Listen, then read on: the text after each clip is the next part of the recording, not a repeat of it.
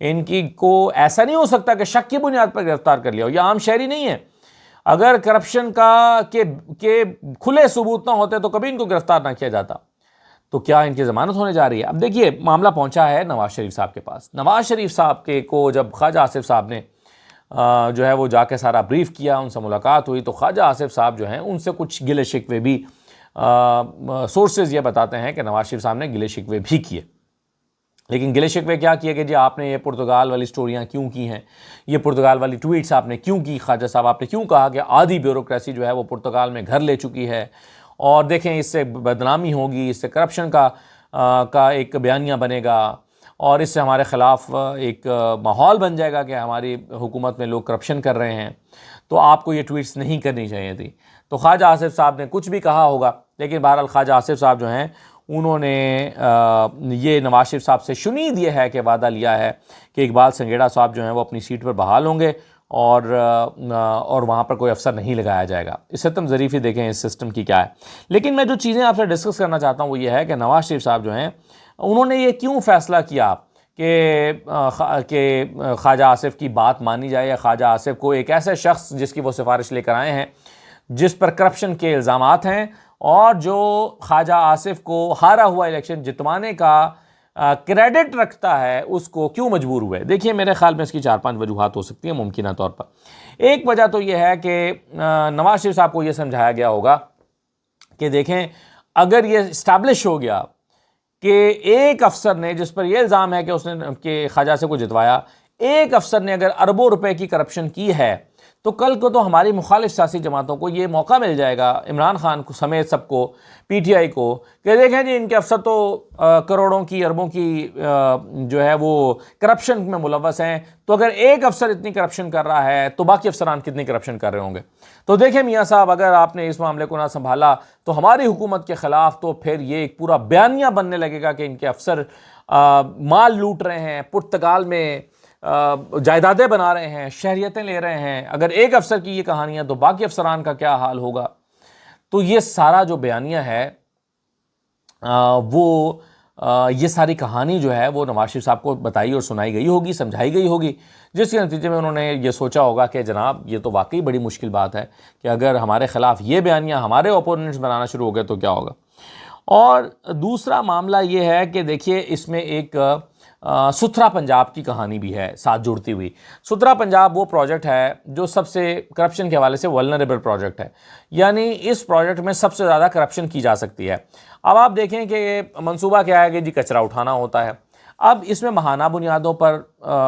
Payments کی جاتی ہیں, یعنی جو ستھرا پنجاب کے حوالے سے 7 سے 10 کروڑ روپے ماہانہ ایک تحصیل میں 7 سے 10 کروڑ روپے ماہانہ جو ہے وہ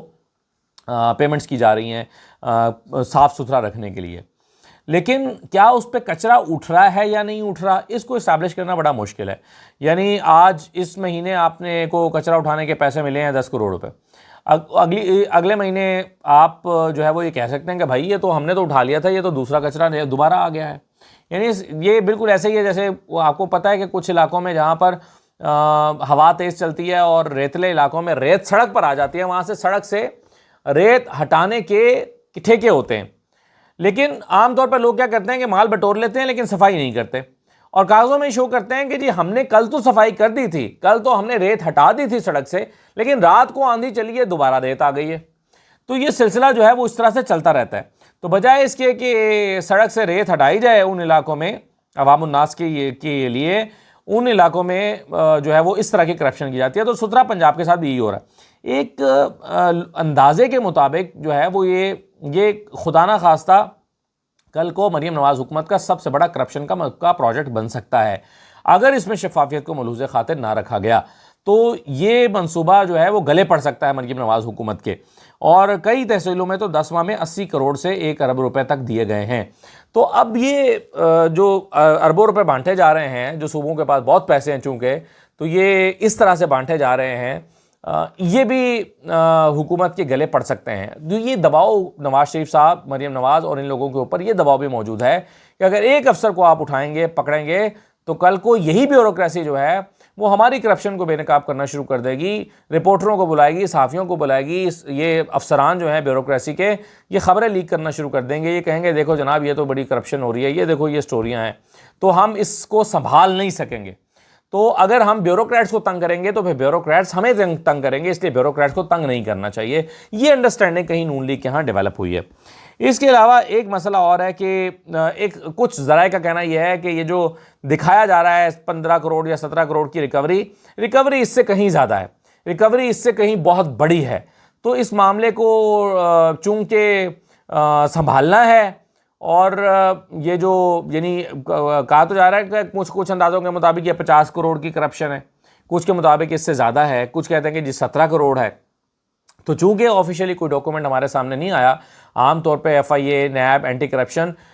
سیاستدانوں کی کرپشن یا دیگر لوگوں کی کرپشن میں ڈیٹیلز لے کر آتی ہے کہ جی یہ دیکھیں اتنی کرپشن کے ثبوت سامنے آ چکے ہیں، اتنی ریکوریاں ہو چکی ہیں۔ لیکن چونکہ یہاں پر یہ اربوں روپے کا ہے تو اس میں اور بھی لوگوں کے اسٹیکس انوالو ہو گئے ہیں کہ بھائی ٹھیک ہے اربوں کی ریکوری کرو اور آدھا مال خود رکھو، آدھا اس کو بانٹ دو، آدھا فلاں کو دے دو، اور اس کے 17 کروڑ میں اس کا معاملہ نمیٹ دو اور کہو کہ یہ تو 17 کروڑ کا ذمہ دار ہے اور باقی کی جو ریکوری ہے وہ کھا پی جاؤ۔ تو کرپشن کے اندر کرپشن ہونے کے خدشات پیدا ہو گئے ہیں، جس کی وجہ سے یہ معاملہ ٹھپ ہوتا ہوا نظر آ رہا ہے۔ اور پھر کرپٹ بیوروکریسی میں ایک تشویش کی لہر دوڑ گئی ہے کرپٹ بیوروکریسی میں، اور وہ کہتے ہیں کہ جناب اگر آپ ہم پر ہاتھ ڈالیں گے، میسج یہ آیا ہے اگر ہم پر ہاتھ ڈالا جائے گا تو پھر کل کو ہم سے بھی کوئی کسی فیور کی توقع نہ رکھی جائے۔ یعنی اگر آپ ہم پر کیسز بنائیں گے، ہمیں گرفتار کریں گے، اٹھائیں گے اور کہیں گے کہ جی ہم نے کرپشن کیا ہے، تو کل کو پھر ہم سے کسی خیر کی توقع نہ رکھی جائے کہ ہم بھی آپ کو سپورٹ کر رہے ہوں گے۔ یعنی آپ دیکھیں نا کہ کل کو پھر الیکشن بھی تو ہونا ہے، پھر یہ آر او تو پھیل جائے گا، کہے گا کہ میں تو نہیں آپ کا فارم 47 چینج کرتا، فارم 45 چینج کرتا، پھر کیا ہوگا؟ تو یہ بھی خوف ایک پیدا ہوا ہے حکومت کے ہاں کہ اگر ہم اس کرپٹ بیوروکریسی پر ہاتھ ڈالیں گے تو کل کو پھر یہ ہم پر ہاتھ ڈالیں گے اور ہمیں ان کا تعاون حاصل نہیں رہے گا۔ تو چور چور کا ساتھی ہوتا ہے، چور چور کا محافظ ہوتا ہے، چور چور کو تحفظ دیتا ہے۔ اس کانسیپٹ کے تحت جو ہے اس معاملے کو ٹھپ کرنے کی کوششیں کی جا رہی ہیں اور یہ اس کا ڈراپ سین کرنے کی کوشش کی جا رہی ہے۔ پھر ایک چیز اور بھی ہم سن رہے ہیں کہ اس میں کچھ اور پردہ نشینوں کے نام بھی آ گئے ہیں۔ اگر اس معاملے کو آگے بڑھایا گیا اور ریکوریاں کی گئیں، اس کیس کو اچھالا گیا، اقبال سنگھیڑے کو نشانہ عبرت بنایا گیا، تو پھر اور جو پردہ نشینوں کے نام آئے ہیں وہ بھی بے نقاب کرنے پڑیں گے۔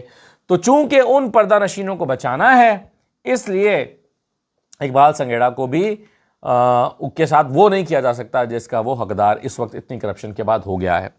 تو یہ ساری چیزیں میرا خیال ہے کہ نواز شریف صاحب کے گوش گزار کی گئی ہوں گی، انہیں سمجھائی گئی ہوں گی، انہیں بتائی گئیں، اور حکومت کے پیش نظر یہ ساری باتیں ہیں، جس کے نتیجے میں آنن فانن ہم نے دیکھا کہ اربوں روپے کی کرپشن کا معاملہ ہو۔ یعنی یہاں پر جھوٹے کرپشن کے کیسز میں 2-2 سال 4-4 سال جو ہے وہ گرفتار لوگ رہتے ہیں، اور یہاں پر اقبال سنگھیڑا صاحب اچانک ہی جوڈیشل ہو گئے ہیں۔ ابھی اگرچہ ان کی ضمانت ہوئی نہیں ہے، لیکن ضمانت کی راہ ہموار ہو گئی ہے۔ جب آپ جوڈیشل ہو جاتے ہیں تو آپ کی بیل بھی ہو جاتی ہے، پھر بیل بھی ہو سکتی ہے۔ تو یہ سارا معاملہ کس طرف جا رہا ہے؟ یہ سارا معاملہ جا رہا ہے بڑی کرپشن پر پردہ ڈالنے کی طرف، یہ سارا معاملہ جا رہا ہے کرپٹ بیوروکریسی کو تحفظ دینے کی طرف، یہ سارا معاملہ جا رہا ہے کرپٹ پولیٹیشنز کو جو ہے وہ ان کی کرپشن پر پردہ ڈالنے کی طرف۔ یعنی ایک دوسرے کو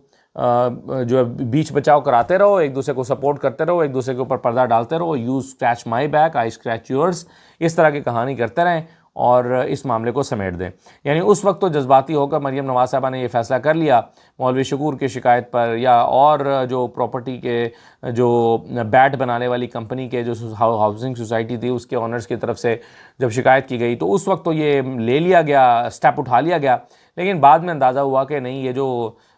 ہم اپنے بھائی پر کیسے ہاتھ ڈال سکتے ہیں؟ وہ کہتے ہیں نا مجہ نہیں پہنا، تو کیسے آپ جو ہے نا وہ ایک کی کرپشن پہ ہاتھ ڈالیں گے تو یہ تو ایک پنڈورا باکس کھل جائے گا، پھر سیاستدانوں کا اپنے اوپر بھی ہاتھ آئیں گے، تو جو صاف ستھرا شخص ہی کرپٹ آدمی پہ ہاتھ ڈال سکتا ہے نا۔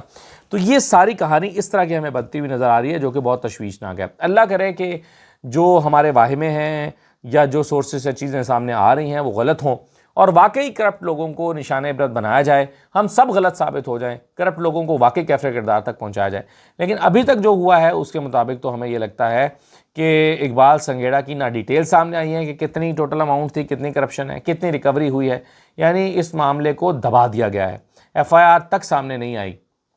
تو کدھر معاملہ جا رہا ہے اس کا اندازہ تو ہمیں ہو رہا ہے، لیکن اللہ کرے کہ ہمارے اندازے غلط ثابت ہوں۔ اسی سے جڑی کچھ اور چیزیں ہیں وہ میں اگلے ویلاگ میں آپ کے ساتھ شیئر کروں گا کہ کس طرح سے اور بھی افسران، اقبال سنگھیڑا اکیلے نہیں ہیں، اور بھی افسران کس طرح سے مل کر کمرشل جو پبلک پارکس ہیں اس کو کمرشل بلڈنگز میں تبدیل کروا رہے ہیں، اور اس میں کن کن افسران کے نام شامل ہیں، کس کس کے سگنیچرز اور کس کس کی پلاننگ اور کس کس کے جو ہے وہ اپروول کے ساتھ یہ چیزیں سیالکوٹ کے اندر ہی ہو رہی ہیں۔ تو کچھ اور نام آپ کے سامنے رکھیں گے اور ان کی بھی کہانی آپ کو سنائیں گے کہ کون سا پارک ہے جو ڈسٹرکٹ انتظامیہ کی ملکیت، ڈسٹرکٹ گورنمنٹ کی ملکیت ہونا چاہیے اور ڈسٹرکٹ گورنمنٹ کی ملکیت تھا اور ہے، اور اس کو کیسے کمرشل میں تبدیل کر دیا گیا ہے، اور کس افسر کی یہ کارستانی ہے، کن لوگوں کے اس میں نام آ رہے ہیں۔ تو اس پر بھی ذرا میں آپ کے سامنے رکھوں گا، اگلے ویلاگ میں ذرا سٹوری آپ کو سنائیں گے اور بتائیں گے کہ کیا ہو رہا ہے۔ اجازت دیجیے، اللہ حافظ۔